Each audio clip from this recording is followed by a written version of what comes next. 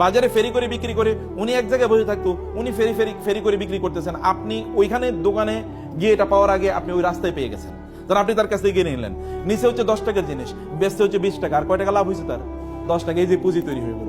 এরপরে মদিনা তিনি 1 নম্বর ব্যক্তিতে পরিণত, 1 নম্বর ধনী তিনি। অথচ শুরু করছেন কি দিয়ে? জিরো দিয়ে,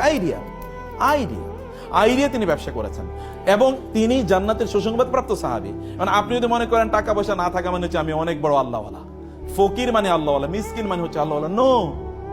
কাদাল ফাকরু ইয়াকুনা কুফরান, দারিদ্র মানুষকে কাফের বানিয়ে দেয়। টাকা কম থাকলে মানুষের মধ্যে কি ঢুকে? কুফরি ঢুকে। বাংলাদেশের প্রেক্ষাপটে আপনি দেখবেন সবচেয়ে বেশি নামাজি কি রিকশাওয়ালার আর কাজের বুয়ারা, আর যারা ইয়েতে থাকে ওই যে বস্তি থাকে তারা সবচেয়ে বড় আল্লাহওয়ালা। আপনার কথা বুঝেন না মনে হয় আমার, কিন্তু কোনো আওয়াজই তো নেই আপনাদের, ঘটনা কি? সব ক্লান্ত হয়ে গেছেন নাকি? তো সবচেয়ে বড় আল্লাহওয়ালা কি এরা? আপনি তাদেরকে মসজিদে কোথাও খুঁজে পাবেন? একজন